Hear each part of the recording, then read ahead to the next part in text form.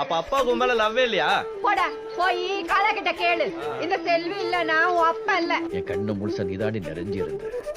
என்னால அவள் பார்க்க கூட முடியல. இதுக்கு ஒன்னும் குறைச்சல் இல்ல. என் பொண்டாடி தங்க செலன்னு சொன்ன. அவளுக்கு நான் தான் உலகமே. நான் மட்டும்தான். நீ சொல்லலன்னா கூட நீ விடுற மூச்சு காத்து என்ன சொல்லுதுன்னு எனக்கு தெரியும். ஓ, உங்களுக்கு தெரியுமோ? இப்ப என்ன நினைக்கிறேன்னு சொல்லுங்க.